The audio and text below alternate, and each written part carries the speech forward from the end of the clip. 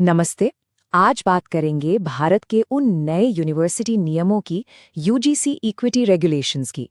एक ऐसा नियम जो आया तो था भेदभाव मिटाने, पर उसने खुद एक जबरदस्त बहस छेड़ दी जिसने पूरे देश को, कह सकते हैं, सोचने पर मजबूर कर दिया।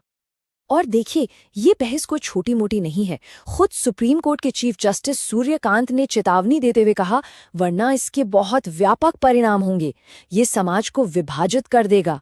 मतलब बात कितनी गंभीर है कि देश की सबसे बड़ी अदालत को ये कहना पड़ा।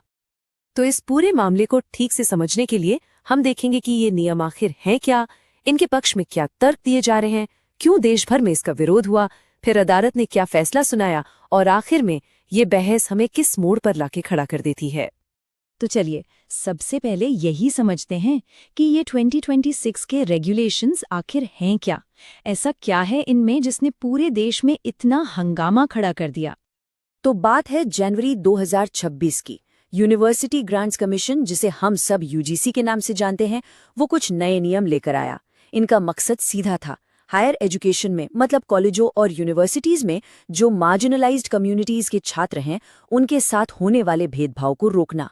और ये कोई मामूली गाइडलाइंस नहीं थी, बल्कि 2012 के पुराने नियमों की जगह लेने वाले सख्त कानूनी तौर पर लागू होने वाले नियम थे।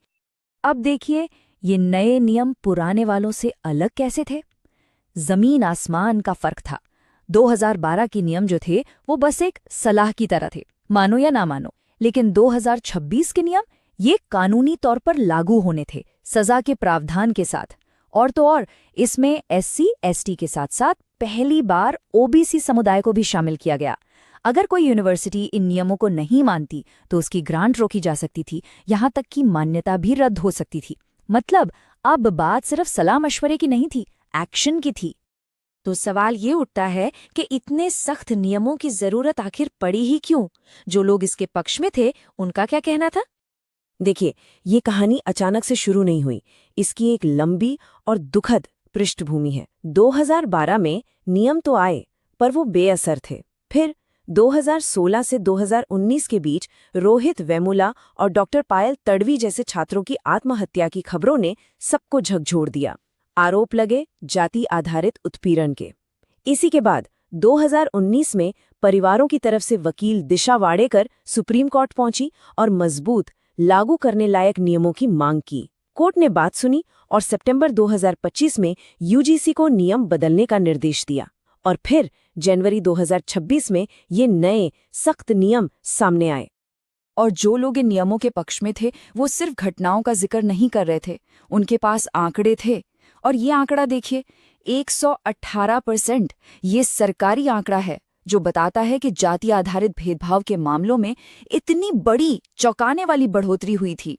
ये साफ साफ दिखा रहा था कि जो पुराने नियम थे वो बस नाम के थे, काम के नहीं।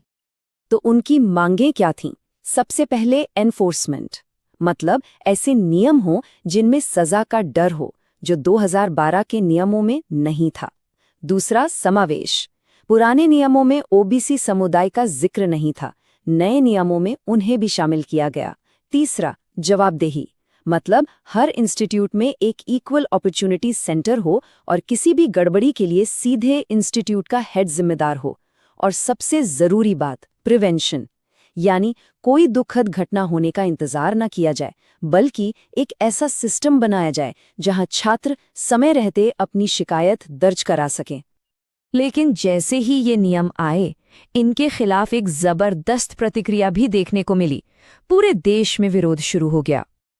अब जो लोग विरोध कर रहे थे, उनके तर्क क्या थे? उनका सबसे बड़ा पॉइंट था कि भेदभाव की परिभाषा ही एक तरफा है।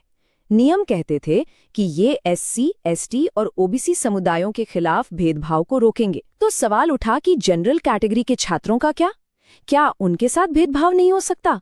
दूसरा बड़ा डर था इन नियमों के मिसयूज का, कि कोई भी किसी टीचर या छात्र पर झूठा केस कर सकता है और झूठे आरोप लगाने पर कोई सजा भी नहीं। लोगों ने इसे रिवर्स डिस्क्रिमिनेशन तक कहा कि ये नियम तो ऊंची जातियों को पहले से ही अपराधी मानकर चल रहे हैं। कुल मिलाके उनका कहना था कि ये नियम समाज को जोड़ने की बजाय और ज्यादा बांट देंगे। और ये विरोध सिर्फ बातों तक सीमित नहीं रहा। दिल्ली, मुंबई, हैदराबाद जैसे बड़े शहरों में प्रदर्शन हुए। जबलपुर में तो छात्रों ने नारा लगाया, सरकार को दिखाएंगे ब्राह्मण का क्रोध। हद तो तब हो गई जब रायबरेली में एक बीजेपी नेता ने अपने खून से प्रधानमंत्री को चिट्ठी लिख डाली। मतलब भावनाएं बहुत उफान पर थीं। और जब पूरा देश इस बहस में बटा हुआ था, तब ये मामला घूमकर वापस वहीं पहुंचा जहां से इसकी कहानी ने तेजी पकड़ी थी, यानी सुप्रीम कोर्ट। और फिर आया 29 जनवरी 2026 का दिन।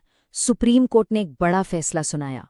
कोर्ट ने इन नए यूजीसी इक्विटी रेगुलेशंस पर रोक लगा दी, स्टे लगा दिया। मतलब पूरे देश में इन नियमों को लागू करने की प्रक्रिया पर ब्रेक लग गया। अब सवाल है कि कोर्ट ने ऐसा क्यों किया? कोर्ट ने कुछ बड़ी चिंताएं जाहिर की। पहली, कि नियमों के कुछ प्रावधान जैसे सेग्रीगेशन यानी अलगाव को लेकर वो साफ नहीं थे, अस्पष्ट थे। दूसरी, कोर्ट ने माना कि इन नियमों के गलत इस्तेमाल की संभावना से इनकार नहीं किया जा सकता। तीसरी और सबसे बड़ी चिंता कि ये नियम समाज को बांटने का खतरा पैदा कर सकते हैं। तो कोर्ट ने नए नियमों पर रोक लगाकर पुराने यानी 2012 वाले रेगुलेशंस को ही फिलहाल जारी रखने का आदेश दे दिया। तो कोर्ट के इस फैसले से एक तरह का टेम्परेरी सोल्यूशन तो मिल गया, लेकिन जो असली मुद्दा था, जो बुनियादी बहस थी, वो अभी खत्म नहीं हुई है। तो आज स्थिति ये है कि 2012 के पुराने नियम वापस लागू हो गए हैं, लेकिन सुरक्षा और एकता के बीच संतुलन कैसे बनाया जाए, इस पर बहस जारी है। भारत का पूरा हायर एजुकेशन सिस्टम एक अजीब सी अनिश्चितता में है। देखिए, सब मानते हैं कि भेदभाव एक बड़ी समस्या है, लेकिन इसका सही समाधान क्या हो, इस पर कोई एक राय नहीं बन पा रही है। और यहीं पर आकर हम सब एक बहुत बड़े सवाल के सामने खड़े हो जाते हैं। सवाल ये है कि कोई भी समाज बराबरी लाने के लिए कानून कैसे बनाए कि वो कानून खुद ही उन दरारों को और गहरा ना कर दे जिन्हें वो भरने निकला है। ये एक ऐसा सवाल है जो इस पूरे विवाद के दिल में है और जिसका जवाब शायद हम सबको मिलकर खोजना होगा।